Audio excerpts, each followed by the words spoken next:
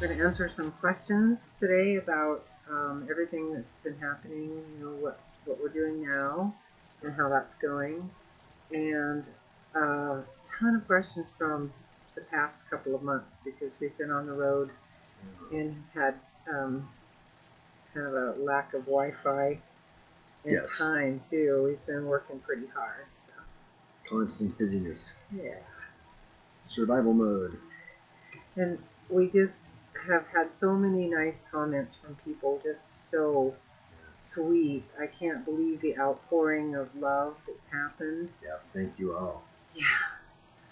God bless you guys. Yeah, it's pretty amazing. It's been pretty amazing.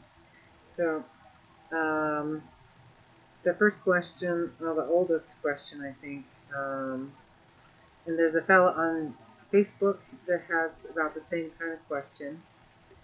This one's from Speedies4. Hi guys, I'm from Dunedin, Florida. What kind of wind turbine do you have set up and what watts? Well, we have a 24 volt, 1000 watt. It's a 5-bladed wind turbine. It's kind of like the smallest one you'd have for an actual house. You put on your roof kind of thing. But we got it pretty well hooked up where we can put it up on top of the rig here. I don't really like the way Johnson RV did it. They did not follow my instructions, like always. And so, but it works. It does work. It's just difficult to get up there. And so we haven't been running it because we had a little problem with the wiring. The way they ran it, it got whacked on the driveway, smashed the wires. Little repair stuff, maintenance needs done. But where we're at now, it has a really nice constant wind, so we're going to be hooking that up the next couple of days. So there you go. Brand new video about that, yeah. Of course. Yeah. And I honestly don't know how in the world we're going to manage it, but Mike will figure out a way because the thing is just huge. It's for a house. It's the smallest one you can get for a house. 53 pounds tower weight. So the thing weighs 53 pounds all by itself. And then it's hooked onto a big pole. A piece of steel pipe. It's like 40, schedule 40 or something. Pretty stout. It's heavy, and even when it's dry up on the roof, it's pretty scary being up there and putting up the turbine. It was supposed to be an automatic thing. We're supposed to be able to push a button and or at least crank a winch. Crank a winch, something even manual. And in the 5 months they kept our coach, I think the first couple of months they didn't even do anything to it at all. They just had it out there.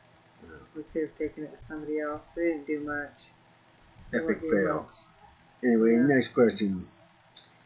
How do you RV and van livers maintain your vehicle and driver's license registrations without a permanent address? Well, just want to say that you, it doesn't mean you don't have a permanent address. You may not own a house, but a lot of people might use a relative that is their home base kind of thing, or they might use their last address, or they might do what's called a continuous traveler. Yeah. So basically your rig's your address at that point. And then I just heard of this thing that we're going to look into. There's South Dakota and another state, and I can't remember what the other state is, that that you can apply to be a citizen of, I guess, and they have like a mail forwarding service. Right. So you can have all of your mail sent there, and then once a month they send it to you or something. And I've heard that it's really inexpensive. And sounds interesting. Yeah. So you could use something like that. Probably we will just go when we change our stuff. We have our last address in Newport as our mailing address, and then our home before that is still on our license. So we will probably go continuous traveler. But I don't know. There's apparently some drawbacks to that. So, okay. New subscriber, assuming there's wind and considering your solar panel array, is the wind turbine worth the investment? And how much weight do the panels add to the rig? Thanks. Well, we don't really know about the wind turbine yet because we haven't got it to work right yet. Because of the horrendously bad install, and where we were living on the coast, there's nothing but turbulence. You can't get any clean wind. Where we're at now, it's in the desert, so the air currents are right on the ground. So, next couple of days, we're going to hook that up and find out. We believe it was worth the investment. We still believe that the wind turbine and the solar panels, the green energy that can just be harvested free, is going to work out for us. We realize that we took it to a horrible place. Every single thing they did on this coach was really poorly done. But we still definitely believe in the investment of the wind turbine, and we are sure that once it is up and running and installed correctly, because Mike is much stronger and better now and able to get a bunch of this work done, we're sure that the green energy will work. And then the other question was, how much weight do the solar panels add to the rig? Well, let's see. The solar panels we have left, those weigh about 50 pounds apiece. And so we have 200 pounds up there. We have 8 batteries at 80 pounds apiece. Various wiring, a lot of copper down there. A lot of 4/0 cable. I figured it all out, and it's still about 400 or 500 pounds less than the great big generator that we had removed. So that was another one of the questions: is don't American RVs come with basically a generator? Yes, they do, but we had ours removed. It was extremely heavy, and we wanted to go with green power. We just believe in sustainable, clean energy, and so we simply had Johnson's RV take it out. He gave us more battery room, and that is also the inverter bay now. So. And it's just, it's smelly. No matter what, it's going to be smelly. Your generator's going to be smelly. Yeah. And it's going to use up gas, whereas your wind turbine and your solar panels aren't using anything. Once you make the investment, silent. They're silent, and and it's sustainable. Once you get them working right, you can have that energy for forever. All of the Renogy stick-down panels have stopped working, and so they failed miserably. The next couple days, Mike will be removing them all and sending them back to Renogy. And fortunately, there's a 5-year warranty on them. They didn't even last a year. So we hope that they will make good and return our money. It was nice because those reliably made a good 25 amps with just that part of the system. So when this thing was in full sun, it was pulling 85 to 90 amps. That was pretty good. That's without the wind turbine. So once we get that going, that's going to help a lot because night happens. We currently have 4 solar panels. Yep. 4 big solar panels left because one blew off on the freeway.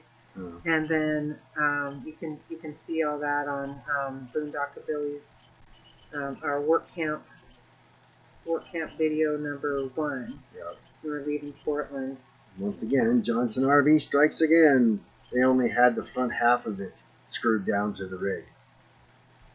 I mean the back half of the 2 sliders. The front part was not even actually attached to the rig. So, kind of glued down or something. They had some nylon blocks glued down to the front cap, and then some really short little screws. And we told them that we required them to follow Mike's diagram and to make sure that everything was anchored into cross braces, the steel cross braces, right? And they lied to us and said that they had done that. And, we just were good customers and just kind of showing up and doing our little filming and asking them questions. And they were just flat out lying to us. They just kind of stuck everything on there at the last minute, even though they had our coach for 5 long months. Every single thing they did was poor. The wind turbine was supposed to be automatic, or at least a winch to wind it up, because it's pretty heavy, and we didn't want to have to get on top of the rig. Yes, it's supposed to stay on top of the rig and just kind of go up and down like that. And they didn't install it that way at all. And they just did everything so poor. Can't even. So that's how the solar panel came off. So we're down to 4 large solar panels, and no stick down panels are working. And we still have more than 1,200. We're still at 1,200 and 315 watts apiece, so 1,260 watts. So yeah, even after they've all that, we're still making enough energy on the 4 solar panels we have left, to run everything that we need to. Because now we're not trying to run all the equipment to make cookies and cakes and products like that anymore. We're doing the work camping thing now, and so we've offloaded a lot of that stuff to our son, and so we're not trying to run a welder. No, not trying to run that.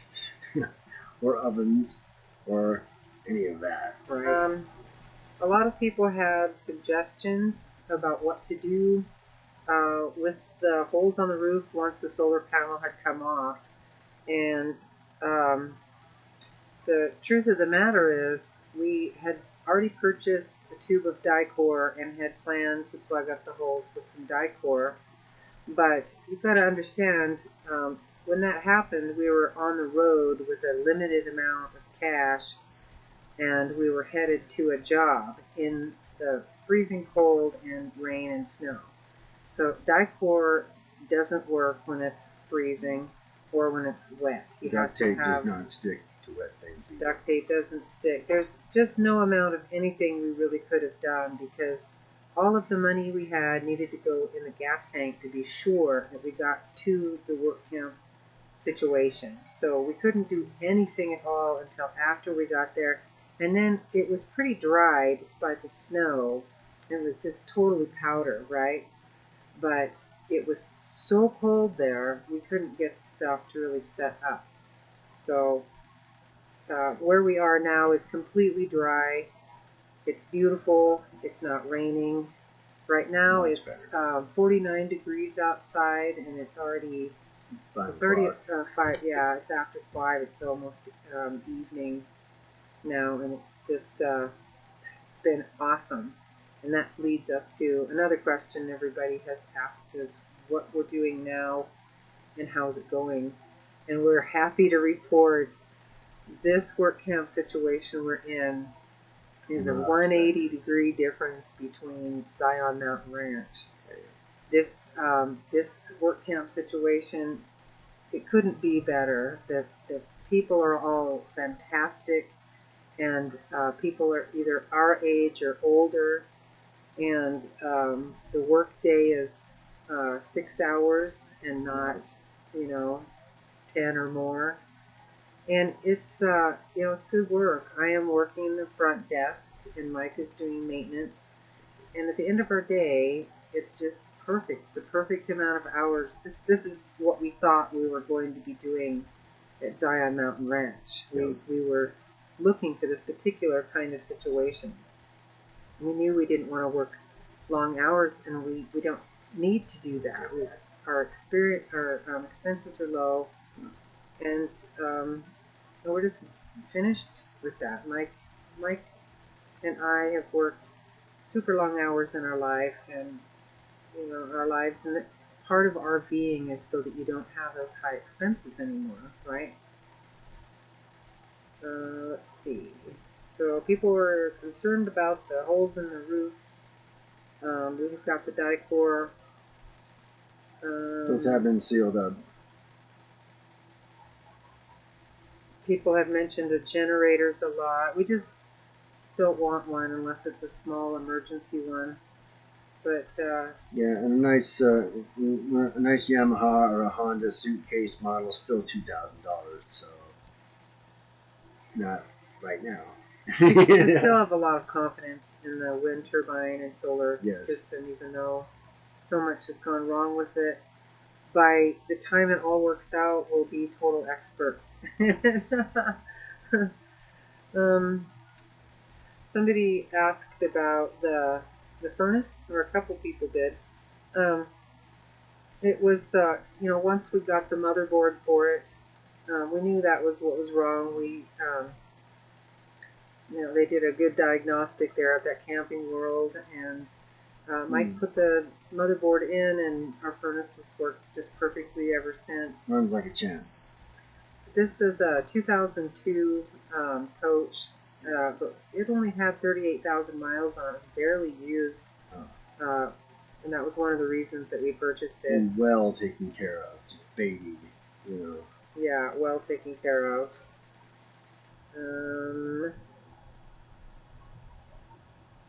Okay, I'm going to break here and find a new question. One thing that we've had a lot of comments about, both good and bad, both polite and rude, right, is the audio situation. We've made a video, Honest Talk number 2. We should do another Honest Talk pretty soon. And we had described what had happened to our brand new audio system, but we still have the system itself because they wouldn't give our money back or anything like that. So Mike figures he can rig it up where it isn't going to hurt our camera or anything. Hopefully. So we'll be trying that pretty soon. We just have, busy lives where we're working and doing and trying to survive. Yeah, we've been in survival mode this whole time. We finally landed somewhere where we can actually have a life instead of work sun up to sundown 6 days a week. Yeah. Ever since we got in our RV, it's been survival mode because all of the things that were put in wrong have made it difficult. So details like that, yeah, they're important to viewers. But then when it comes down to making a video, it's just, now we have to try to figure out some whole other thing besides a normal webcam video like this, or, I don't... This is considerably easier, of course. Yeah, we're not professional video makers, and we've had a lot of comments about our videos, people both liking them and then hating them. Yeah. If you comment rudely, I'm not going to answer you or publish. You're going to get deleted. So, if you can't say anything nice, yeah. Do unto others as you would have them do unto you. Yeah. So we realize, we're not professional video makers. We're just trying to share. Actually, we will be. We're trying to share our experience, having our lives turned upside down and pretty much being forced to buy an RV to live in, and it's turned out really awesome. It is, but that still doesn't make us professional video makers.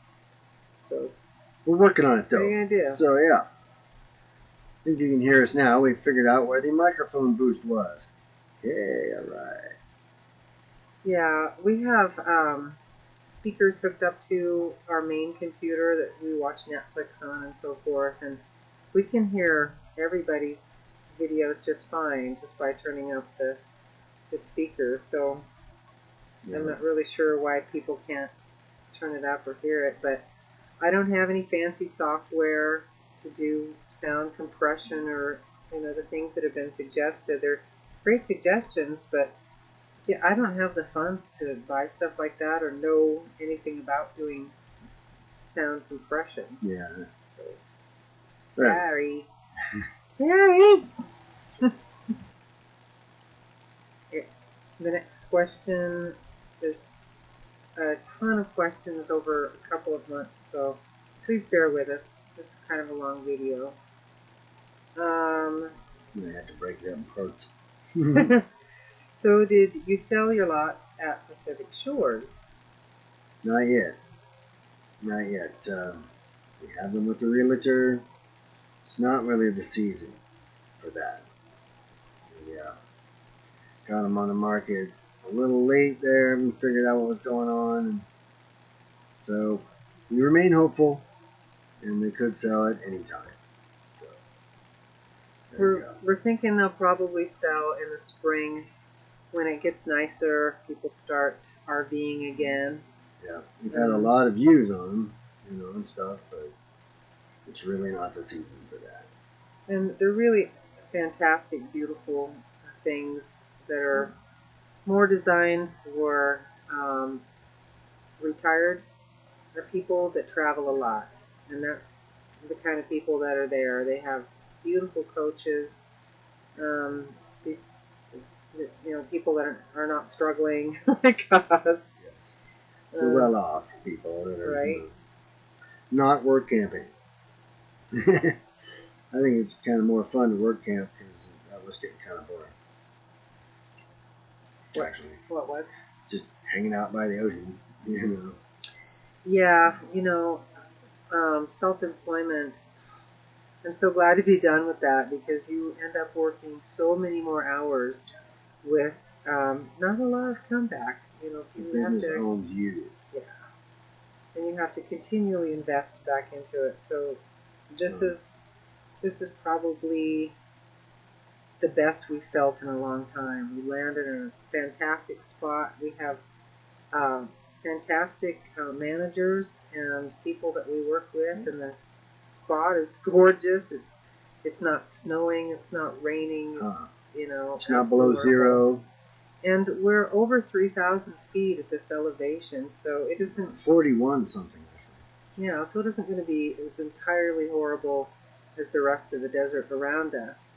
And I'm not going to say exactly where we are because we would like to avoid any trouble with anything, I guess. And plus, we've signed a contract with these folks to keep a lot of the information to ourselves working here. And they've kept up their end of the bargain.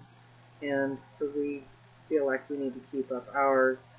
They just really don't want to be on YouTube. Some of the scenery will be, and some of the folks here have given their permission to be on YouTube.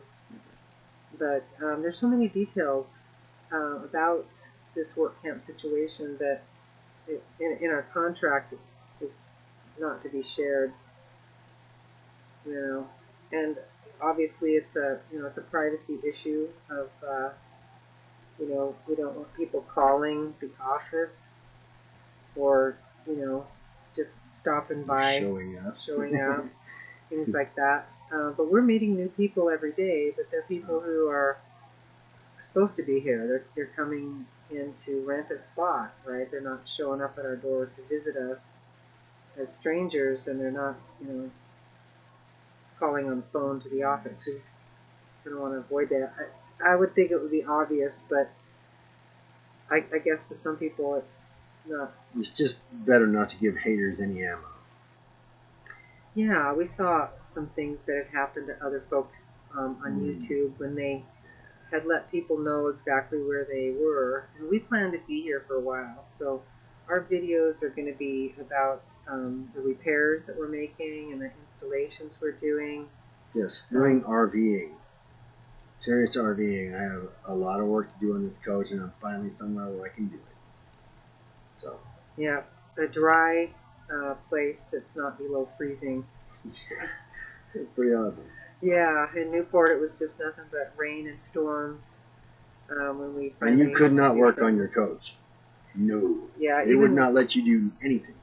Yeah, even when it was nice at that fancy resort, you can't work on the coach. Don't even think about dragging out a ladder or anything like that because they'll just freak out. What are you doing?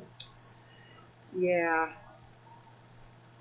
So, Gypsy Free, I wanted to give a shout out to you. She's just one of the ladies that's always saying something really sweet and watching a lot. And Skip Hedgepath is always saying nice things.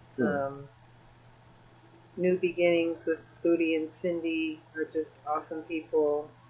RVer TV. It's just endless. I can't even. It would take me an hour to name all the wonderful folks on here. And I think a lot of people mentioned a buddy heater, but we don't need that. We have the furnace fixed pretty quickly. Yeah, a new board and it runs like a champ. As far as the buddy heaters, that's all well and good, but that's still combustion and you're still going to put out a bunch of carbon dioxide where you could not wake up in the morning. So it's a matter of how much air exchange do you have in your rig, things like that, you know. Combustion makes carbon dioxide at the very least. Something to think about. Thanks to RV Granny, Kogel, H, Andrew M, RV Adventure, Phyllis. Boy. This is so many. So many awesome people subscribed to our channel. It's just tear-jerking and heartwarming all at once. People that don't even know us out there just really care how we're doing and are we safe and things. And we are safe, yeah. Yes, we are. Yeah, God's got us. You bet. And this did turn out better than the last. When things look their darkest, there's always something just fantastic around the corner. Yahweh's just getting you ready for the good part. Yeah. That's what it is. Don't leave 5 minutes before the miracle happens. That's right. Stick with it. That's right. Well, let's see if there's any other questions. Other commenters that have said such sweet things. C, our RV, Kelly Sheridan, Duke's Small Engines. Just so many just awesome people. Norm K. Wow. Eddie Chavez, RV Frida, RV There Yet. I love that name, RV There Yet. RV There Yet? You guys are just we awesome. We are, actually. Did I mention Start the Rebellion? Yeah. Start the Rebellion, yeah. I love that name. That's awesome. Wanna Be Free. Just, you guys are awesome. I think that's pretty much, I think we covered all the questions. I wanted to see if you could respond to this, Mike. It says the reason,